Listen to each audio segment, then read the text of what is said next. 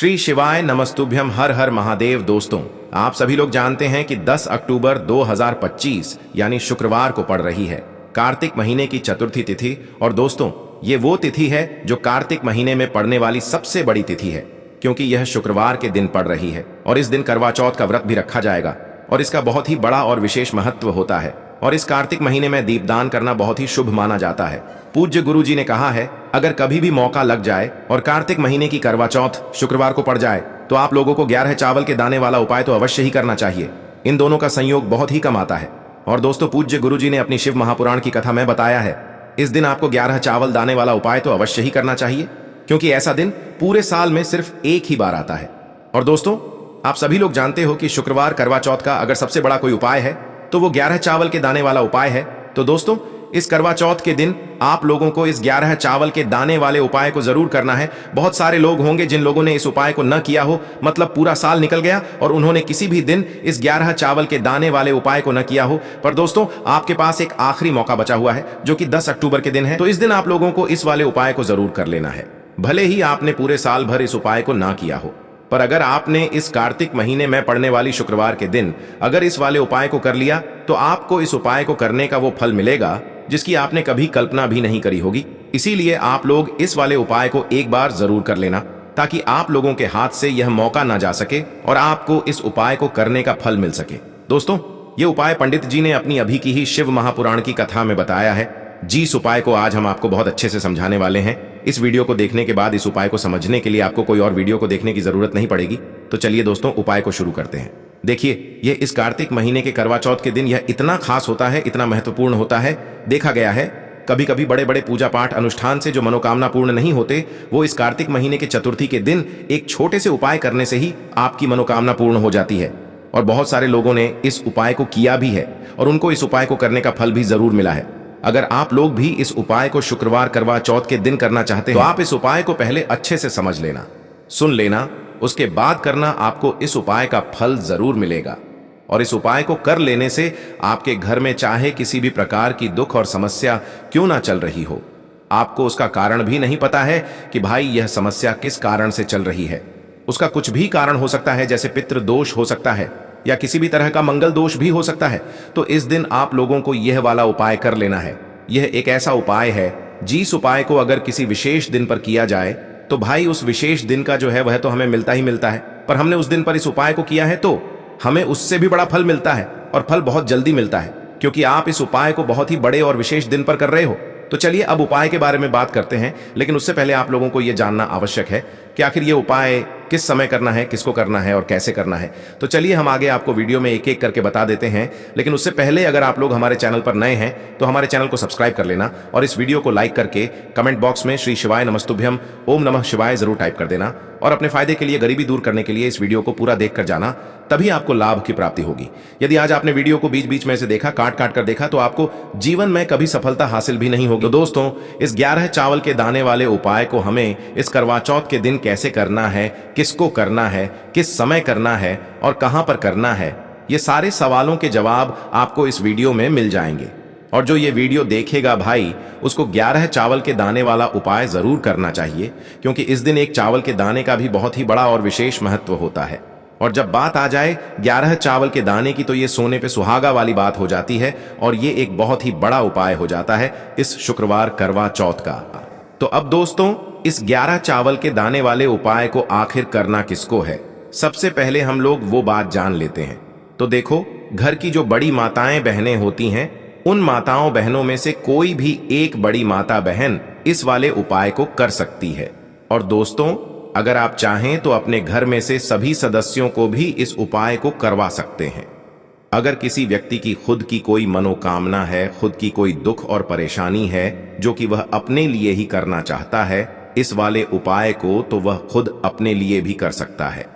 बाकी अगर कोई घर में से ऐसा है जो कि अपने पूरे घर परिवार की सुख और शांति के लिए ये वाला उपाय करना चाहता है, तो भाई वह भी कर सकता है, उसमें भी कोई दिक्कत वाली बात नहीं है। कहने का मतलब ये है कि इस उपाय को हर एक सदस्य भी कर सकता है और पूरे घर परिवार के सदस्य के लिए घर की बड़ी माताओं बहनों में से कोई एक माता बहन भी कर सकती है। माताएं बहनें अगर घर में उपस्थित न हो या वो यह वाला उपाय न कर पा रही हो, तो फिर घर का कोई बड़ा सदस्य भी इस 11 चावल के दाने वाले उपाय को कर सकता है, चाहे फिर वह पुरुष ही क्यों ना हो। उसमें कोई भी दिक्कत वाली बात नहीं है। अब दोस्तों, इस 11 चावल के दाने वाले उपाय को हमें करना कहां पर है? हमें इसे शिव जी के मंदिर में जाकर करना है। बहुत सारे लोग प्रश्न करते हैं, हर एक उपाय को करते समय क्या हम इस उपाय को घर पर कर सकते हैं? तो इस वाले उपाय को आप घर पर नहीं कर सकते हो। इस वाले उपाय को करने के लिए आपको शिव जी के मंदिर ही जाना पड़ेगा। उसके बाद में दोस्तों जो अगला प्रश्न निकल कर आता है वो यह आता है इस उपाय को लेकर कि आखिर इस उपाय को हमें किस समय करना है, सुबह के समय करना है कि शाम के समय करना है। तो देखो, इस वाले उपाय को आप लोग सुबह के समय भी कर सकते हो और शाम के समय प्रदोष काल में भी कर सकते हो। अब अगर आप पूछो कि भाई सबसे उत्तम समय कौन सा रहेगा इस 11 चावल के दाने वाले उपाय को करने का, तो हम आपसे बस यही कहेंगे कि इस उपाय को आप सुबह के समय करेंगे तो ज्यादा बेहतर होगा। बाकी अगर प्रदोष काल शाम के समय भी करेंगे तो भी अच्छा होगा, उसमें कोई भी दिक्कत वाली बात नहीं है। तो अब दोस्तों जो अगली सबसे बड़ी और महत्वपूर्ण बात आती है वो यह आती है कि सुबह अगर हम उपाय को करेंगे तो हमें कितने बजे से लेकर कितने बजे तक के बीच में करना है, और शाम के समय प्रदोष काल में करेंगे तो हमें कितने बजे से लेकर कितने बजे के बीच में करना है। तो देखो, सुबह जितनी जल्दी हो सके आप उपाय को करने की कोशिश करना। बाकी अगर किसी कारणवश लेट भी हो जाओ, थोड़ी देर भी हो जाए, तो 10 या 11 बजे तक भी आप उपाय कर लेना, पर 12 बजे से ज्यादा देरी न हो, ठीक है? इस बात का ध्यान रखना। उसके बाद में दोस्तों अगर शाम के समय प्रदोष काल की बात करें, प्रदोष काल का जो समय होता है वो शाम के 6 बजे से शुरू हो जाता है। मतलब शाम के 6 बजे से लेकर 7 बजे के बीच का जो समय होता है ये समय प्रदोष काल का समय होता है। पर अभी जो मौसम चल रहा है इस मौसम में जो है शाम बहुत देरी से होती है, तो आप इस उपाय को 7 या 8 बजे के बीच में भी कर सकते हो। मतलब शाम के 6 बजे से रात 8 बजे के बीच में आप कभी भी इस वाले उपाय को कर सकते हो, उसमें कोई भी दिक्कत वाली बात नहीं है।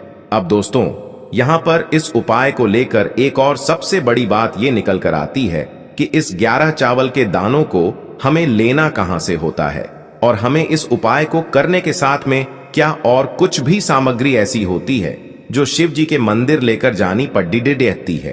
तो देखो यहां पर हम आपको बता दें, सबसे पहले आप लोग ये जान लो कि यह जो 11 चावल के दाने वाला उपाय है, सिर्फ और सिर्फ आप उपाय की सामग्री लेकर कभी भी शिव जी के मंदिर मत जाना, क्योंकि हमें भगवान के सामने यह नहीं दर्शाना है कि अगर हम भगवान शिव जी के मंदिर आए हैं तो अपने फायदे के लिए आए हैं। तो इसलिए जो भी पूजन सामग्री है उपाय सामग्री है।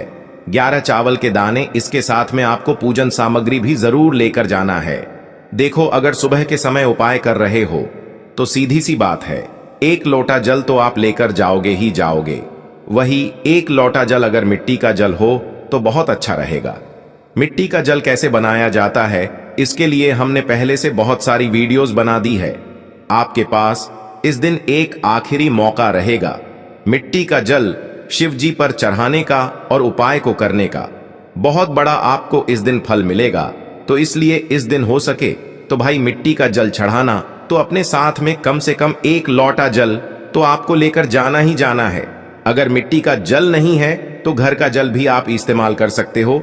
इसके अलावा जो भी पूजन सामग्री है, देखो 11 चावल के दाने ये अलग आपके रहेंगे और जो आपकी पूजन सामग्री रहेगी वो अलग रहेगी। पूजन सामग्री में आप जो भी चीज लेकर जाना चाहे वो लेकर जा सकते हैं, उसमें कोई भी दिक्कत वाली बात नहीं है। वहीं अगर हम बात करें शाम के समय की, तो शाम के समय शिव जी पर जल नहीं चढ़ता है, इसीलिए शाम के समय आप लोग एक दीपक तैयार कर लें जो कि गोल बत्ती का आटे का शुद्ध देसी गाय का घी का होगा, है ना? इस बात का आप लोगों को ध्यान रखना है। और इस दीपक को आपको घर से जलाकर नहीं लेकर जाना है, भगवान शिव जी के मंदिर में जाकर ही जलाना है। इस बात का भी आप लोगों को ध्यान रखना है। अब दोस्तों यहां पर हमें इस बात को समझना है कि यह 11 चावल के दाने हमें लेना कहां से है। क्या हमें दुकान से लेकर आना है, या हमें अपने घर से लेना है, या कहां से लेकर आना है, और कौन से चावल लेना है, क्योंकि चावल भी बहुत प्रकार के होते हैं। तो देखो, इन सभी सवालों के जवाब आप लोग एक बात में सुन लो कि भाई ये जो उपाय है इस उपाय में आपको ये नहीं देखना है कि भाई कौन से चावल है, कौन से चावल नहीं है। बस जो भी चावल ले रहे हो वो चावल का दाना सबूत होना चाहिए, मतलब साबुत होना चाहिए, टूटा हुआ नहीं होना चाहिए, कटा पिटा नहीं होना चाहिए। ये बात आपको ध्यान रखना है। बाकी आपका चावल बासमती हो या सादा चावल हो या कोई सा भी चावल हो, उसमें कोई भी दिक्कत वाली बात नहीं है। तो सीधी सी बात है कि आपके घर के रसोई घर में जहां पर आप भोजन बनाते हो, वहां पर जो भी चावल आपके उपस्थित हो, उन चावलों में से अपनी एक कटोरी भर लेना या एक मुट्ठी चावल अलग से निकाल कर रख लेना। क्योंकि हम 11 चावल ही यहाँ पर इस उपाय में लेने वाले हैं, तो हमें यह चावल के दाने गिनकर निकालने पड़ेंगे। इस बात का आप लोगों को ध्यान रखना है। तो अपने उस चावल की कटोरी में से या चावल में से 11 ऐसे चावल के दाने आप लोग निकाल लो जो कि टूटे हुए ना हो, कटे पिटे ना हो, जिनमें कोई दाग ना लगा हुआ हो, है ना। अच्छे साबुत चावल के दाने 11 दाने आप लोग निकाल कर रख लो और इन्हें किसी भी एक कागज की पुड़िया में या किसी एक छोटी सी कटोरी में आप लोग रख लो, ताकि यह सुरक्षित रहे। आपके एक भी चावल का दाना इधर उधर ना हो और आपका उपाय भी पूरा अच्छे से हो जाए। तो भाई जैसे ही आपका उपाय की जो सामग्री है, 11 चावल के दाने ये तैयार हो जाते हैं, उसके बाद मैं आपको जो भी अपनी पूजन सामग्री है, सुबह के समय कर रहे हो तो 1 लोटा जल या पूजन सामग्री जो लेकर जाना चाहो उसकी भी तैयारी कर लेना। और शाम के समय जा रहे हो तो भाई अपना जो दीपक है उसे तैयार कर लेना, ठीक है। और उपाय को करते समय शुद्धता का विशेष रूप से ध्यान रखना, ठीक है। सुबह सुबह स्नान करने के बाद ही उपाय को करने की आप लोग तैयारी करना। उसके बाद अगर शाम के समय की बात करें तो शाम के समय आपको स्नान करने की जरूरत नहीं है, पर शुद्धता का ध्यान रखना है। आपको स्नान तो नहीं करेंगे, आप हाथ मुंह धोकर भी इस वाले उपाय को शाम के समय प्रदोष काल में कर सकते हैं। इसमें कोई दिक्कत वाली बात नहीं है। तो आप अपने उपाय की पूरी सामग्री तैयार करके आपके पास ही में जो आपका शिव मंदिर हो वहां पर पहुंच जाइए। सबसे पहले शिव मंदिर में जाकर आप लोगों को उपाय नहीं करना है, पहले भगवान के दर्शन करना है, भगवान से आशीर्वाद प्राप्त करना है। फिर शिव जी की शिवलिंग के पास में आना है। शिवलिंग के पास में आने के बाद आप जो पूजन सामग्री लेकर आए हुए हैं, जैसे कि सुबह गए हुए होंगे तो 1 लोटा जल और जो भी पूजन सामग्री लेकर आए हैं, आप उनसे भगवान शिव जी की पूजन कीजिए। सबसे पहले तो 1 लोटा जल ही चढ़ेगा, उसके बाद में आपकी पूजन सामग्री चढ़ेगी। उसके बाद में अगर दोस्तों शाम के समय अगर आप इस उपाय को कर रहे हो तो अपने साथ में कम से कम एक जो दीपक है गोल बाती का जो आप अपने साथ में लेकर गए हो, उस दीपक को मंदिर में जाकर अपनी माचिस से जलाना है और उस दीपक को शिवलिंग के पास में रखना है, ठीक है। इस दीपक को रखने के बाद ही आप लोगों को अपना ये वाला उपाय शुरू करना है। और दीपक को ज्यादा पास में मत रखना, वैसे भी गर्मी पड़ रही है, भगवान शिव जी को आंच नहीं लगनी चाहिए, है ना। तो भाई जैसे ही आपकी पूजा अर्चना हो जाती है, आप भगवान शिव जी को प्रसन्न कर लेते हैं। उसके बाद में शिवलिंग के पास ही में आप कहीं पर बैठ जाइए, सामने या आसपास जिस जगह पर आपको बैठना हो वहां पर बैठ जाइए और अपने वह 11 चावल के दाने अपने सामने निकाल कर रख लीजिए। क्योंकि अब यहाँ पर उपाय को यहाँ पर करने की आपको तैयारी करना है। और इस तरीके से जब आप उपाय करेंगे, पूजन सामग्री करने के बाद, पूजन अर्चना करने के बाद, तो आपको उपाय का फल बहुत जल्दी और बहुत बढ़ा होकर मिलेगा। तो अपने 11 चावल के दाने अपने सामने निकाल कर रख लेना। और यह जो उपाय है यह आपकी सीधे हाथ की हथेली से होगा, इसलिए इस बात का भी विशेष रूप से ध्यान रखना है। तो सीधे हाथ की हथेली का प्रयोग करके ही आप लोग अपना इस वाले उपाय को करना। अपने सामने जो भी आपकी कागज की पुड्डियां है उसको खोल कर रख लो, या कटोरी है तो भाई उसे अपने सामने रख लो और अपने वह 11 चावल के दाने निकाल लो, ठीक है।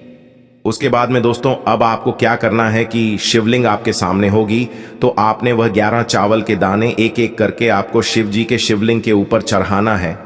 कहां पर चढ़ाना है? शिवलिंग के ऊपर चढ़ाना है और कहीं पर भी नहीं चढ़ाना है।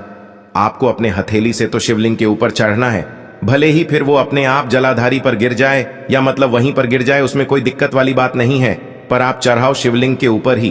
तो आपको क्या करना है, अपना पहला चावल का दाना उठाना है, श्री शिवाय नमस्तुभ्यम बोलना है और शिवलिंग पर चढ़ा देना है।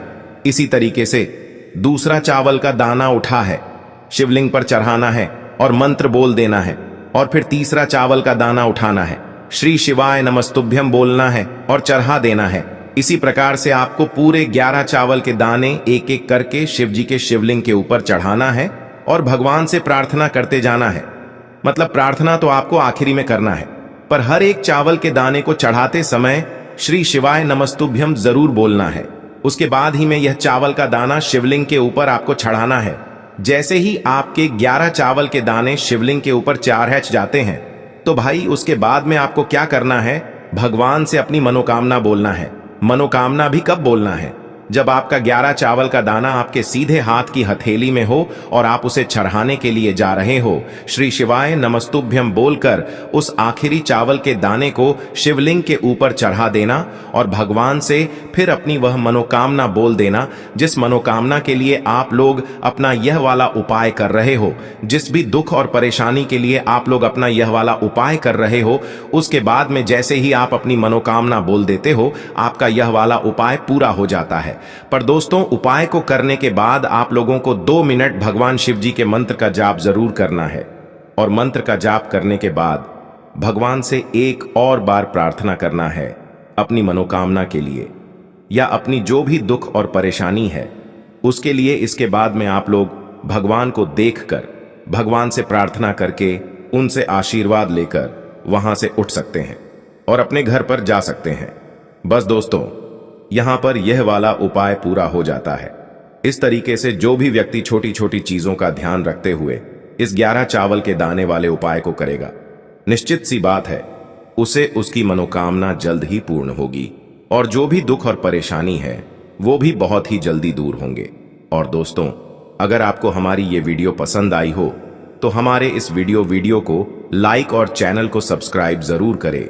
हर हर महादेव, ओम नमः शिवाय। आपको लेना है एक गोल बाती का दीपक। आप चाहें तो मिट्टी का ले सकते हैं या फिर घर से शुद्ध आटा मढ़कर उसका दीपक आप तैयार कर सकते हैं। इसके बाद आपको लेना है शुद्ध गाय का घी। अगर वो नहीं है तो कोई भी देसी घी इस्तेमाल कर सकते हैं, जिससे आपको दीपक प्रज्वलित करना है। देखो, अब ये सब सामग्री लेकर आपको जाना है प्रदोष काल में आपके घर पर तुलसी जी के घेरे के पास में। देखो, ये उपाय तो आपको अवश्य करना है। देखो, वहां पहुंचकर सबसे पहले वो दीपक आपको प्रज्वलित कर देना है और ओम नमो भगवते वासुदेवाय नमः का 11 बार जाप करना है। उसके बाद आपको अपने सीधे हाथ में थोड़ी हल्दी लेकर उस दीपक में अपना नाम और गोत्र बोलते हुए डाल देना है। उसके बाद माता लक्ष्मी से आपको प्रार्थना करना है कि हे महालक्ष्मी, हमारी सभी दुख तकलीफों को दूर करो। हे महादेव, हमारे सब दुख कष्टों को खत्म करो। इस भावना से आपको ये उपाय करना है। चलिए अब बात कर लेते हैं दूसरे उपाय की। दोस्तों, आप सभी जानते हैं कि सोमवार का दिन समर्पित होता है भगवान महादेव को, यानी कि भगवान पार्वती को सोमवार का दिन समर्पित होता है। और जब भी हम शिवलिंग के ऊपर कोई भी उपाय करते हैं तो इससे हमें एक साथ भगवान महादेव की और पार्वती की कृपा प्राप्त हो जाती है। देखिए दोस्तों, गुरुदेव ने बताया है कि